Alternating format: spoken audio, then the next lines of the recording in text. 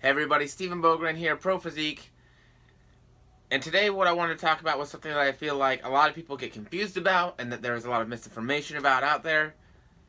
And that topic is, where does health, being healthy, and being fit, where do those line up?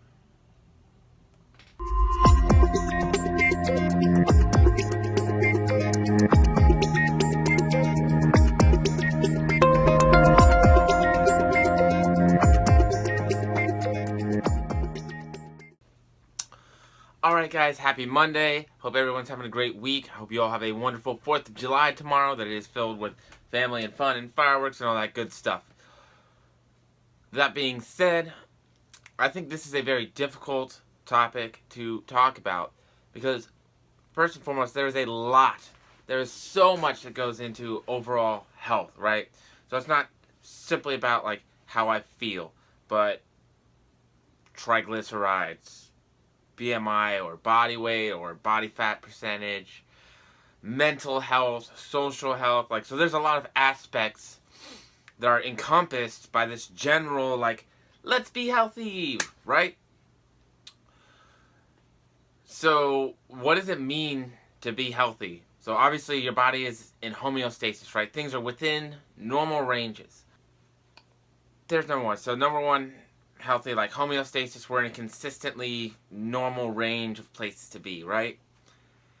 And so when I think about consistently being in that normal range, that really brings to light what kind of things that I do, right? So is my body in homeostasis? Is my life in sort of a homeostasis, right?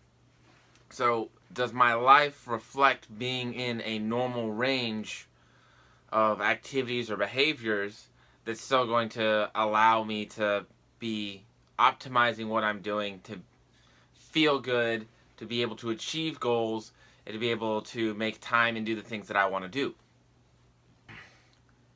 And now, I think that that answer is going to be different for everybody, obviously, but that process is going to be a little bit different for everybody as well. So I have clients who love lifting weights. Like, that is what they do. That is what I love doing. And so we know that resistance training can have a lot of health benefits, right?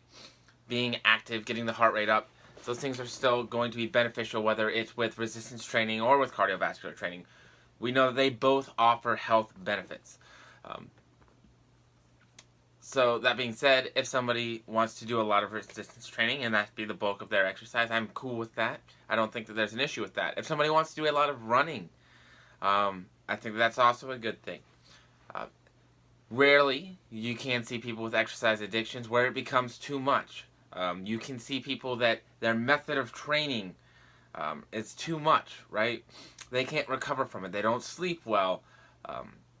It negatively affects their personal life and relationships. So we see that these things can become an issue as well, where we get out of balance, right? And I think that that balance shifts. It's always changing when we talk about lifestyle and lifestyle health, right?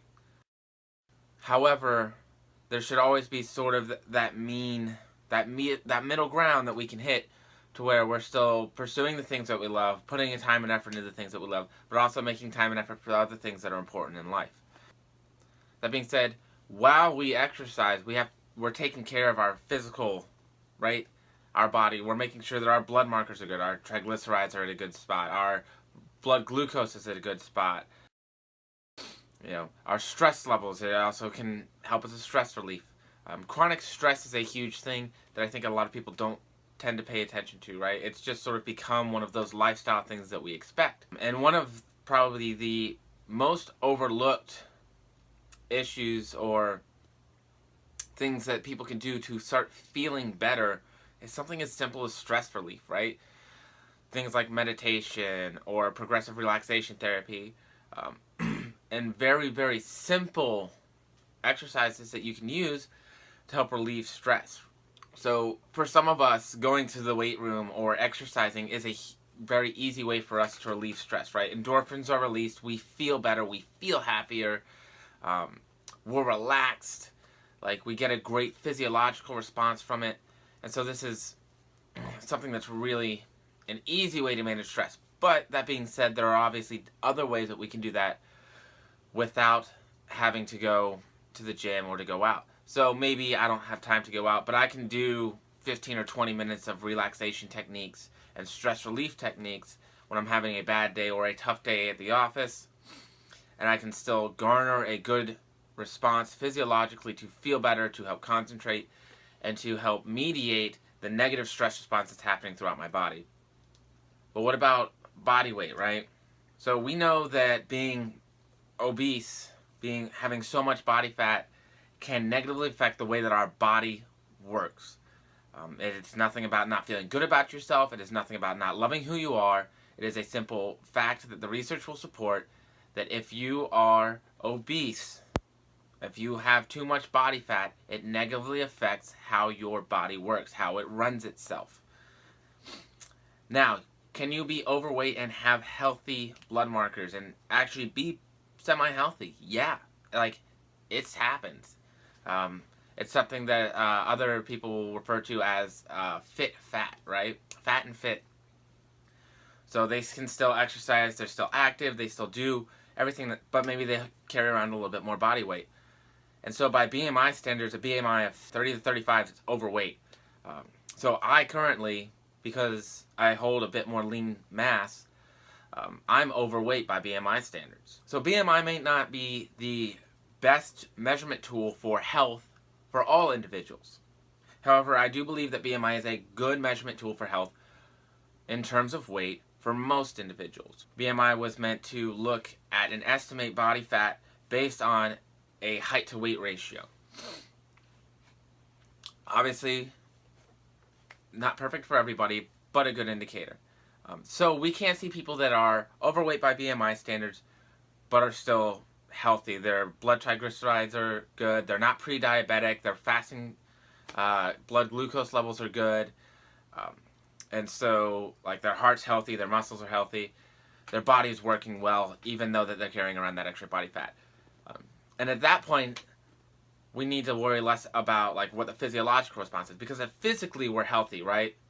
Like, I don't have a lot of joint issues, I don't have back issues, like, my heart's good, everything runs well. It then becomes about psychological health.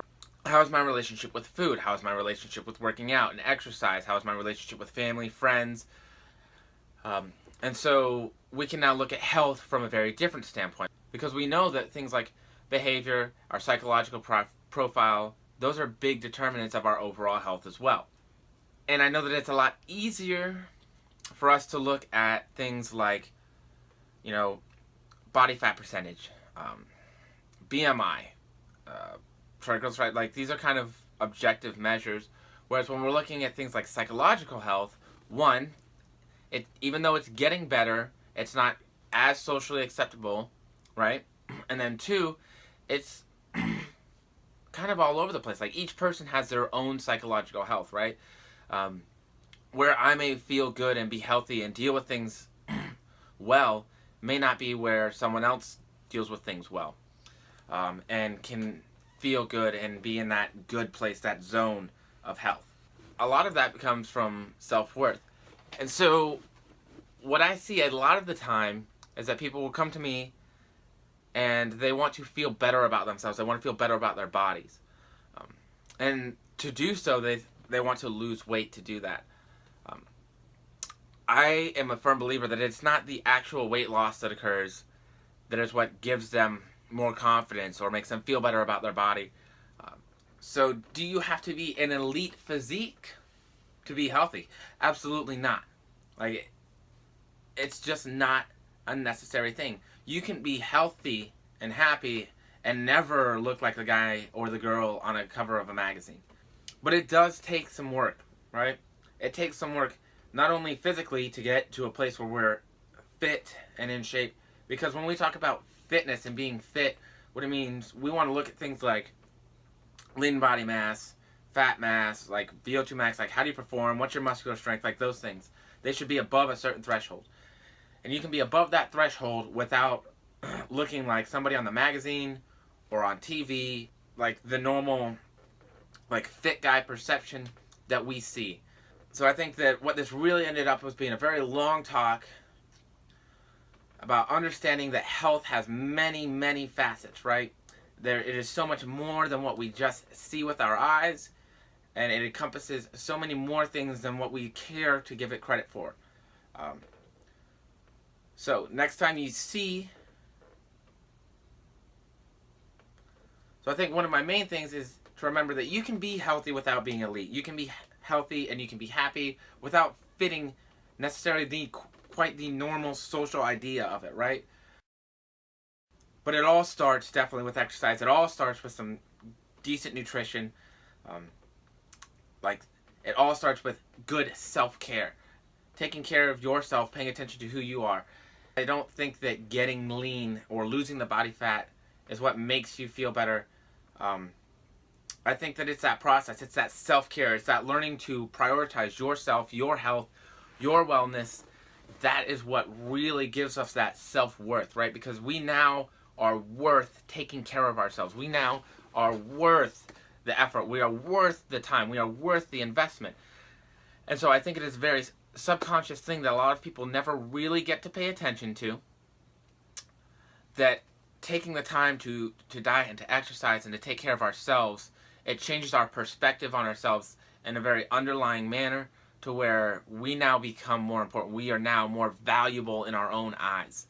I think that through the process, even though yes, it can increase health markers, yes, it can do a lot of these other things, that is the main thing that really, really gets our self-worth and our self-confidence to come up.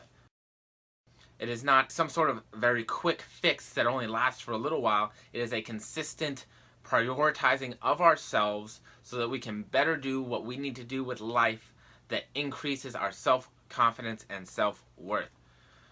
So I guess this was a really roundabout way of getting to that point and telling you that lose the body fat, yes. Be healthy, yes. Do what it takes, yes, to help keep yourself in that healthy range. Well, guys, I hope that you got something beneficial out of this. I hope that it has done something for you. Have a wonderful 4th of July tomorrow. Enjoy it. Be safe. Have a great one, guys.